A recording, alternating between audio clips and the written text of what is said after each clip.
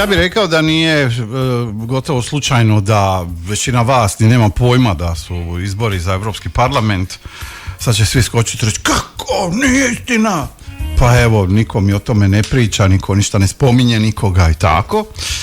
I isto tako, evo mi, mislim, prvi put imamo za Europski parlament sugrađanku s Brača, inače koja je i nositeljica liste Javno dobro, koju znate s Radio Brača, koja je osnovnu školu završila u Supetru, pa je otišla u Zagreb, završila je MILC, stekla srednju stručnu spremu matematičar, informatičar, potom je diplomirala kao inženjer građevine na Fakultetu građevinskih znanosti i obrazovala se za smjer konstrukcija, odnosno statičara.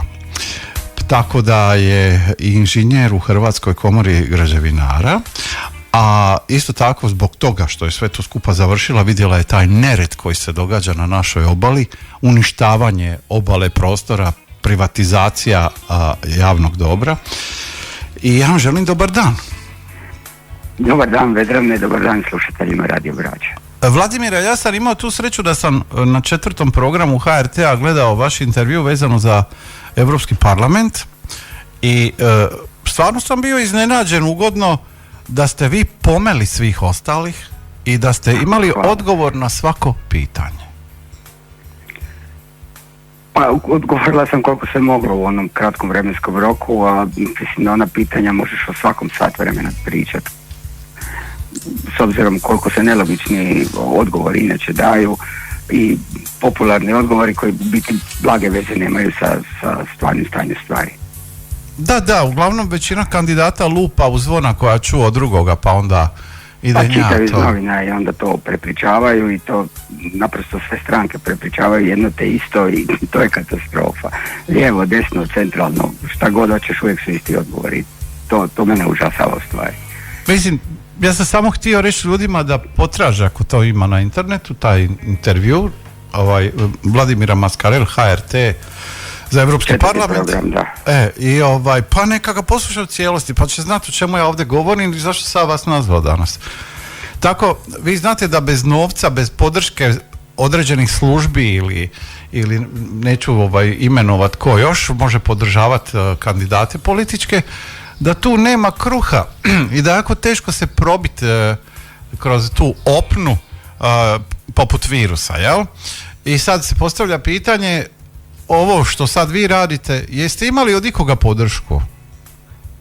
Misliš financijsku ili podršku kao podršku? I jednu, drugu, svakakvu. Pa nevjerojatne stvari su mi se dogodile nakon tog intervjua. Zvali su me naši ljudi izvanka koji su rade vanka, koji su otišli ovdje onda i ono kao super si rekla što si rekla i tako dalje. Veselje mi je bilo u stvari nakon tog intervjua veliko od par pametnih ljudi koji su me nazvali, su imali potrebu nazvati. Tako da imamo podršku od običnih građana, ali ne od nekih političkih stranaka, mainstreama ili nešto slično. Apsolutno ne postojimo, mediji u praksi ne postojimo i imam osjećaj da ono što sam rekla niko ne želi čuti. Pa čujete, nije slučajno da neki mediji uopće ne dobiju reklamu niti jedne političke stranke. Nije to niti malo slučajno. Tako da vam to samo govori ko su te stranke i za koga one rade. Pa ja sam proučavala malo te programe za Europski parlament. Uglavnom se svi svode na isto. Bili zeleni, bili socijaldemokrati, bili demokršćani, to je nama najinteresantnije od svega. A u biti mi je Plenković najinteresantnije od svega, jer to što on govori i kandidat za predsjednika CDU-a u Bavarskoj. Znači on je potpuno prepisao svoju ideju zastupanja u Europskoj uniji sa programom jedne regionalne stranke, odnosno oni su njemačka stranka, ali su najjači u Bavarskoj, to im je centrala i sa svim njihovim željama i težnjama i sa željama novih kandidata za predsjednika te stranke i on samo to govori kao svoj program. Mislim, nevjerojatno to što se dogodilo. Niko to ne komentira. Koliko koštaju ti spin doktori koji naređuju šta će govoriti? Pa ja sam gledala financijske, koliko su potrošili za parlamentarne izbore, to su iznosi od preko 2 milijuna eura. Znači, kad smo prije izbora, 6 mjeseci prije izbora, razgovarali sa tada oporbenim strankama, rekli su da nemaju novaca. Da bi 6 mjeseci nakon toga, znači nisu imali 50 do 75 tisuća eura koje smo tražili da nam financiraju i plate sve one troškove koje imamo ako želimo skupljati potpise za referendum, a htjeli smo, jer smo htjeli mijenjati izborni zakon prije izbora, 6 mjeseci, i tada ovakvi rezultati ne bi bili mogući. Međutim, tadašnja oporba koja je s tim mogla promijeniti sve što će se dogoditi ove godine je rekla da nema novaca, a trebalo je skupiti maksimalno 150 tisuća eura od nekoliko stranaka i da zajedno idemo, znači mi kao građani, tad nismo imali stranku, kao aktivisti, kao naprosto građani, ljudi koji žive u Hrvatskoj, bi odradili posao, a sve ono što moramo platiti bi platili od tog novca koji oni dobivaju, a dobivaju ga od države, opet dobivaju naše novce, a nisu, rekli su da naprosto nemaju. Da bi u izborima potrošili 1.300.000 tisuća eura, ovaj drugi 750 tisuća eura, ovaj treći 500 tisuća eura i tako dalje. Dala mi je Mate je bogata pa mi ona dala.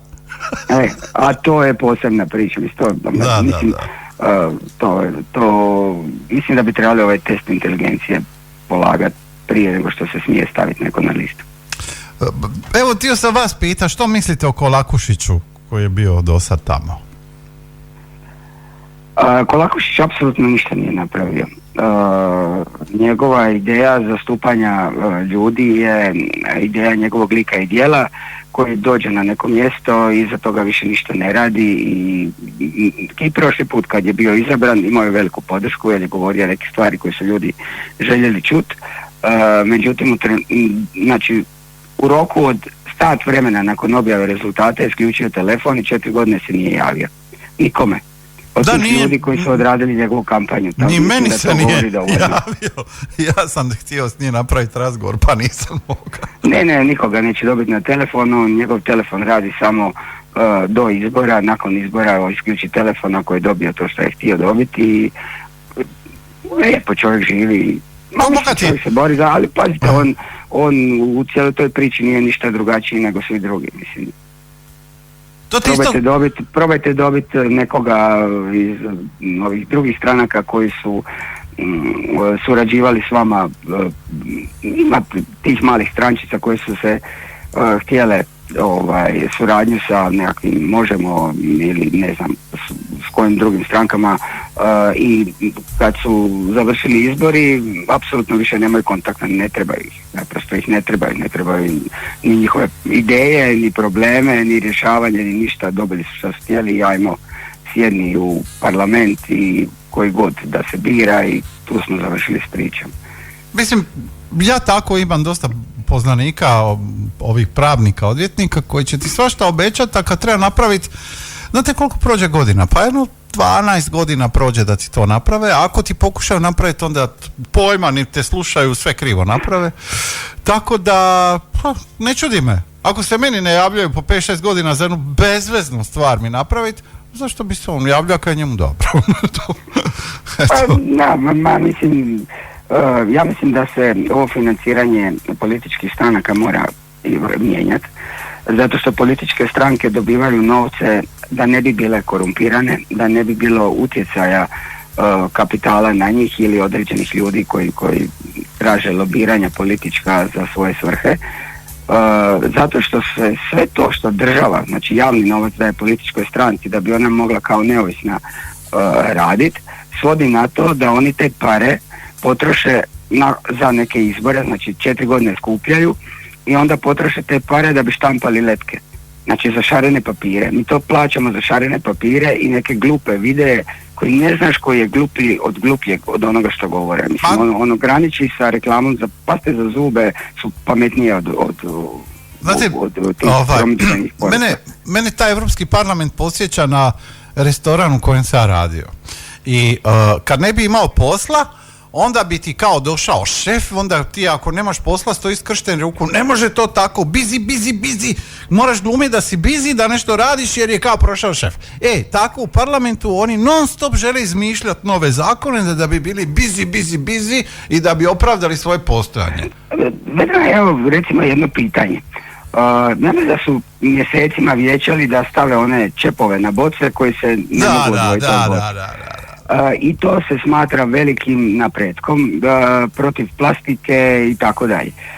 Ja se pitam zašto neko ne bi rekao nema više plastičnih boca. Imate staklene boce, pa dobro jutro, i riješili smo problem. Mi smo do Sanadera imali staklene boce. Kad je došao Sanader, ja se sjećam da je bio on, dobili smo poplavu PET ambalaža. Znate, su neki proizvodili PET ambalaže doma i prodavali ih skuplje. Da, to je bila isto jedno vrijeme, ali pazi, to je biznis našeg malog čovjeka koji se snalazi u okvirima koji su postavili neki drugi ljudi. Da. Ali masu problema se mogu riješiti sa par jednostavnih poteza. Ma, naravno. Međutim, administracija sama sebi stvara svrhu i to je veliki problem baš u Europskoj uniji. Ta birokratizacija svega živoga i svakog procesa zahtijeva neku proceduru koja je nebulozna s obzirom na ono što nosi na kraju. Znači, niko ne radi od njih na neki učinak.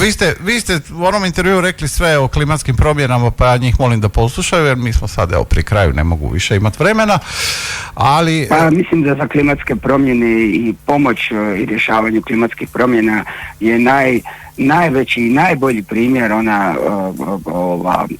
oni saobraćajni stupovi sa limenim zelenim listovima i pršećom glistom ispred u Supetru na rivi. Znači, od metala su napravili kao neke filadentrone sa limom, ispod toga su stavili šentadu koja liči na trčeću kišnu glistu i ti novci za taj projekt, to je zabodeno dole u dnu rive, fascinantna slika nekog lima koji je obučen u zeleno, nekoristan u svrhu sjedenja. Da. Ruža na oko, jer mislim nema stvarno znam, nepotrebno trošimo kisik, i vi nepotrebno. Evropa je dala novce sad. Ja 15 godina molim njih tamo da posade naranče limune po Braču i ispadam redikul. Ne mogu ja više, niti ih ne zovem. Uglavnom, Vladimira Maskarel, s moje strane, ja mislim da ste vi najkompetentnija osoba da se na toj listi vama da glas na račun intervjua i svega što sam čuo. A sad moguće da griješim, ali eto, to je moj problem. Hvala Vedrane na pozivu. Pozdravljam sve slušatelje Radio Brača. I pozivam sve da zaokruže listu broj 10 na europskim izborima 9.6. U nedjelju. Adio. Moj radio, Radio Brač.